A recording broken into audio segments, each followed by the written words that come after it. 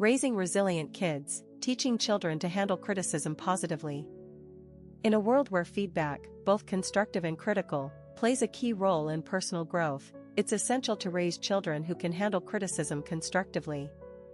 Whether at school, in social situations, or eventually in the workplace, children who are prepared to accept, learn from, and even thrive on criticism will be better equipped to grow, adapt, and succeed in life.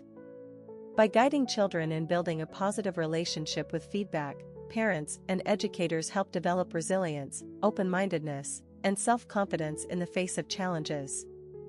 The first step in raising resilient kids who can handle criticism is helping them differentiate between constructive feedback and hurtful criticism. Constructive feedback is intended to help someone improve by pointing out areas that may need change or refinement, while hurtful criticism is typically focused on negative judgment rather than improvement. Teaching children to recognize the difference gives them the tools to understand when feedback is valuable and worth internalizing, or when it's best to disregard the words and focus on their own self-worth. Parents and caregivers can encourage open conversations about the purpose of feedback, reinforcing that while it can sometimes be difficult to hear, constructive criticism is a tool for growth rather than a reflection of their personal value. Building self-esteem is another critical aspect of preparing children to handle criticism. A strong sense of self-worth and confidence acts as a buffer, reducing the sting of criticism and allowing children to process it without internalizing it as a reflection of their abilities or identity. Engaging children in activities where they feel competent and valued, providing praise that focuses on their efforts rather than inherent traits, and promoting a growth mindset are all effective ways to build a foundation of healthy self-esteem.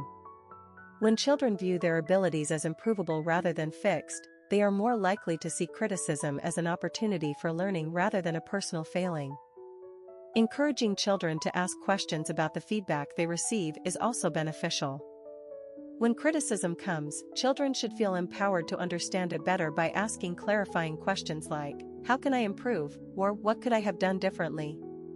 By fostering this inquisitive approach, parents help children shift their focus from the discomfort of being critiqued to the constructive side of feedback. This habit also teaches children to separate their emotions from the message, helping them understand that criticism isn't an attack but a pathway to becoming better. This process encourages children to take charge of their own growth and improvement and instills a sense of agency and responsibility. Parents and caregivers also play a crucial role in modeling how to handle criticism. Children often mimic the behaviors they observe in adults, so how parents respond to criticism in their own lives provides a powerful example. If parents can display an open, constructive approach to feedback, acknowledging mistakes, expressing gratitude for the input, and demonstrating a willingness to change, children are more likely to develop similar habits.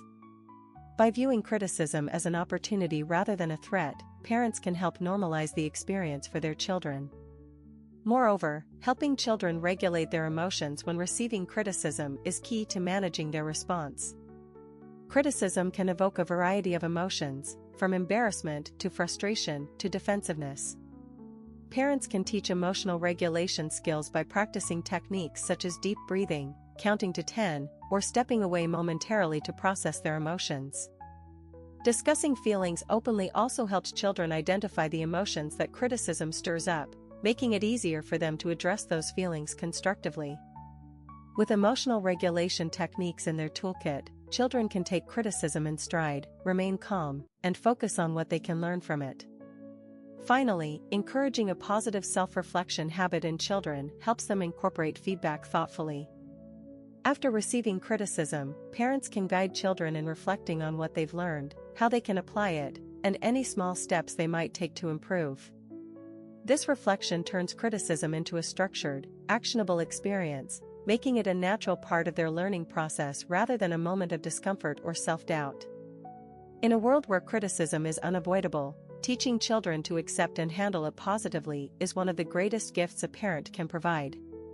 By building self-esteem, teaching the difference between constructive and harmful feedback, encouraging questions, modeling resilience, and fostering emotional regulation, parents can help children become resilient, self-assured, and adaptive individuals.